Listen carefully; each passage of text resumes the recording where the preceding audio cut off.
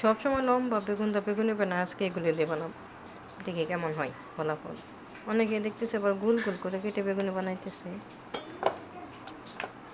এটিতে আলু চপ বানাবো, টমেটো ভর্তা করবো, আলু ভাজি করবো আর ডিম বোনা করবো। আজকে আর কোনো প্রকার মাছ রান্না করবো না, মাছ খেতে খেতে আর ভালো লাগতেছে না। এখানে আলু ভাজি হচ্ছে, আর এই যে বেগুনি আর আলু চপের জন্য বেসন করে রাখছি। দেখা যাক কি হয় আজকে, বেগুনি হয় কিনা।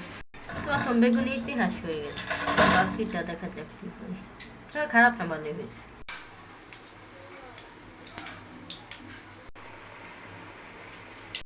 আমার বেগুনি বানানো শেষ, খারাপ না ভালোই হয়েছে। এটা দেখতে কাঠগজারের মতো লাগতেছে, এটার বেশি সুন্দর লাগতেছে। যাই হোক, আমি অবশেষে বানলাম বড় বেগুন দিয়ে বেগুনি বানাইতে। এই আর বুট বসাবো, তাহলে আমাদের ইফতারি রান্না। আমার ইফতারি রান্না শেষ, এখন ডিমটা বোনা করলেই আজকের মতো সেহেরি এবং ইফতারি রান্না শেষ হয়।